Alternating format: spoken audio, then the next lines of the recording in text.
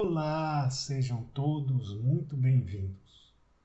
Eu sou o professor Guilherme Alves de Melo Franco, especialista em Direitos Material e Processual do Trabalho e Previdenciário pela Universidade Estácio de Sá do Rio de Janeiro. Formado em Direito pela Faculdade de Direito da Universidade Federal de Juiz de Fora, Minas Gerais. Estou a desenvolver no meu canal do YouTube, Guilherme Alves de Melo Franco, Estudar Direito, um curso sobre os direitos material e processual do trabalho, que tem por escopo o estudo da consolidação das leis do trabalho artigo por artigo, e como livro base, os meus comentários à reforma trabalhista, Lei 13.467, de 13 de julho de 2017, lançados pela editora Juruá de Curitiba, no Paraná, no ano de 2021.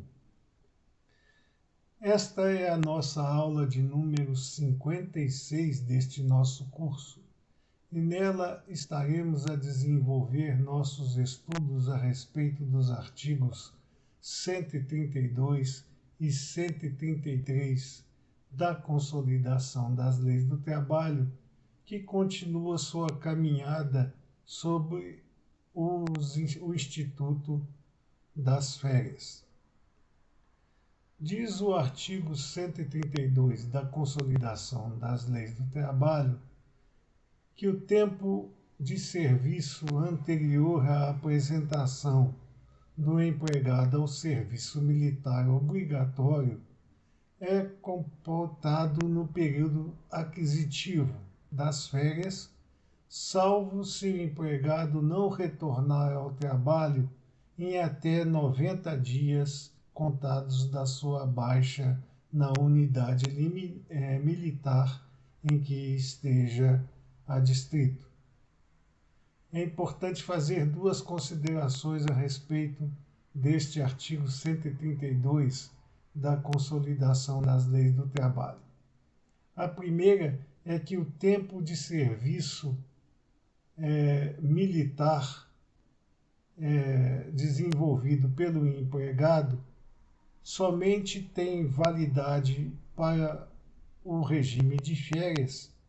se for o serviço militar obrigatório. Portanto, o serviço militar voluntário não é passível de ter o seu período anterior computado para fins de aquisição do direito constitucional de férias. E outra situação é que se o empregado não retornar ao trabalho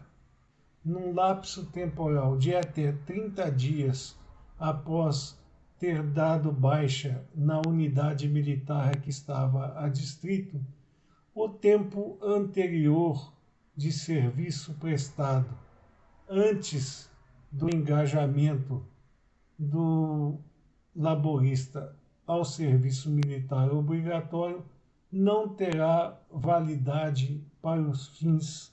de complementação do período aquisitivo de férias. O artigo 133 da Consolidação das Leis do Trabalho,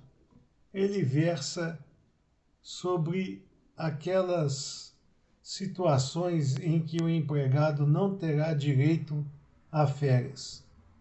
Aqui é importante informar que essa perda do direito às férias, ela se estende tanto às férias completadas, às férias integrais, quanto às férias proporcionais. Portanto, havendo uma das hipóteses legais apregoadas pelo artigo 133 da Consolidação das Leis do Trabalho, o empregado não terá direito às férias.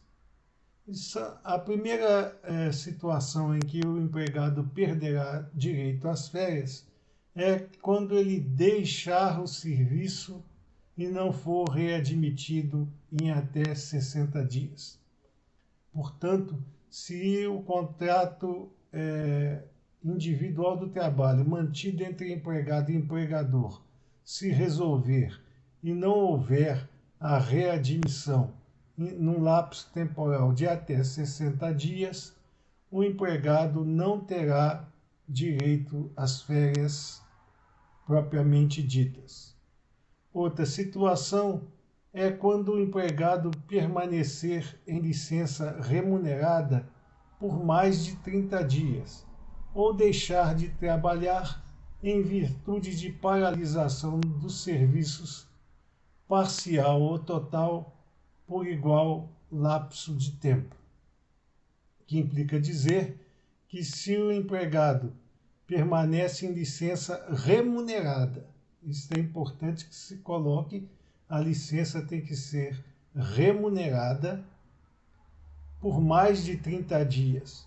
ou mesmo deixar de trabalhar em virtude de paralisação dos serviços, quer dizer, quando a empresa paralisa os serviços de forma parcial ou total, ao ponto que o empregado não tenha condições de desenvolver a sua prestação pessoal de serviços para ela, por um lapso igual a 30 dias, igual ou superior a 30 dias, o empregado também não terá direito às férias. Outra hipótese é quando o empregado estiver em auxílio-doença ou benefício por acidente do trabalho por mais de 6 meses ininterruptos ou mesmo parciais ou sequenciados. Portanto, o empregado não terá direito a férias se gozar de benefício previdenciário ou por base de acidente de trabalho por um lapso temporal acima de 6 meses. A interrupção da prestação dos serviços, quando ocorrer naquela hipótese que nós já apregoamos, por parte da empresa, ela deverá vir anotada obrigatoriamente na carteira de trabalho e previdência social do empregado, sob pena de não haver a incidência desse artigo 133 consolidado aos pactos de trabalho em vigor. Quando ocorrer o retorno às atividades,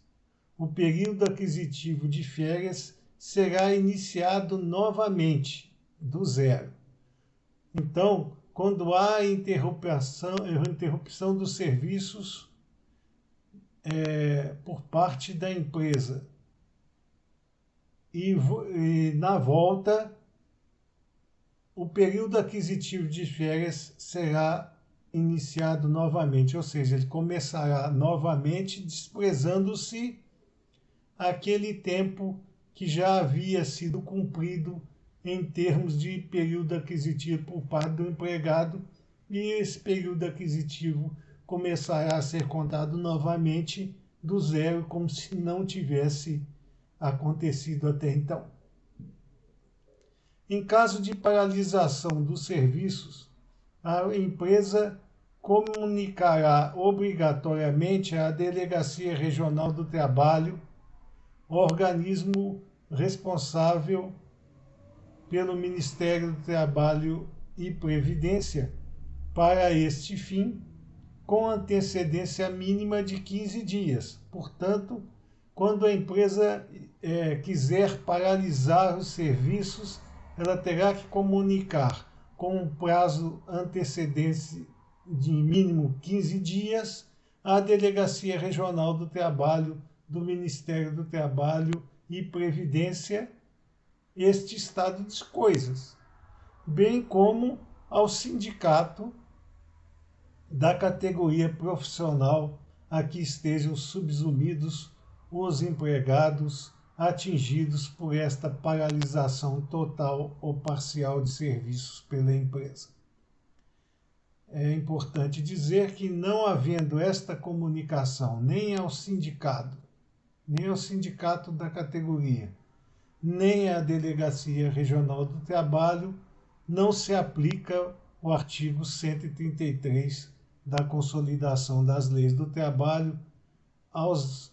contratos individuais do trabalho em curso. Além dessas duas obrigações legais, ainda remanesce uma outra obrigação, que é de afixar avisos no respectivo local de trabalho. Portanto, são 3 as coisas que a empresa tem que fazer quando vai determinar a paralisação parcial ou total dos serviços. Comunicar à Delegacia Regional do Trabalho de que vai efetivar esta paralisação com antecedência mínima de 15 dias. Neste mesmo período, a empresa terá que comunicar ao sindicato da categoria profissional a que estejam adstritos os funcionários atingidos por esta paralisação no igual lapso de tempo de no mínimo 15 dias. Além disso, a empresa terá ainda que afixar avisos no respectivo local de trabalho, informando aos empregados no geral e principalmente aqueles atingidos pela paralisação parcial ou total dos serviços que ela irá acontecer. Estas eram as nossas considerações que gostaríamos de trazer para vocês a respeito dos artigos 132 e 133 da Consolidação das Leis do Trabalho. Nesta nossa aula de número 56 deste nosso curso gratuito sobre os direitos material e processual do trabalho. Aproveitamos a oportunidade para agradecer a todos a oitiva a estas nossas aulas e pedir a vocês ainda uma vez mais que se inscrevam no canal e deixem seus likes nas nossas aulas, porque é através destas 2 atividades que vocês poderão nos ajudar a continuar a desenvolver este nosso curso gratuito sobre os direitos material e processual do trabalho, ampliando cada vez mais o nosso número de alunos interessados nas matérias aqui desenvolvidas e, mais ainda, poderemos continuar a promover o desenvolvimento dos estudos a respeito do direito do trabalho em seu aspecto material ou processual para um maior número de pessoas possível. Muito obrigado a todos.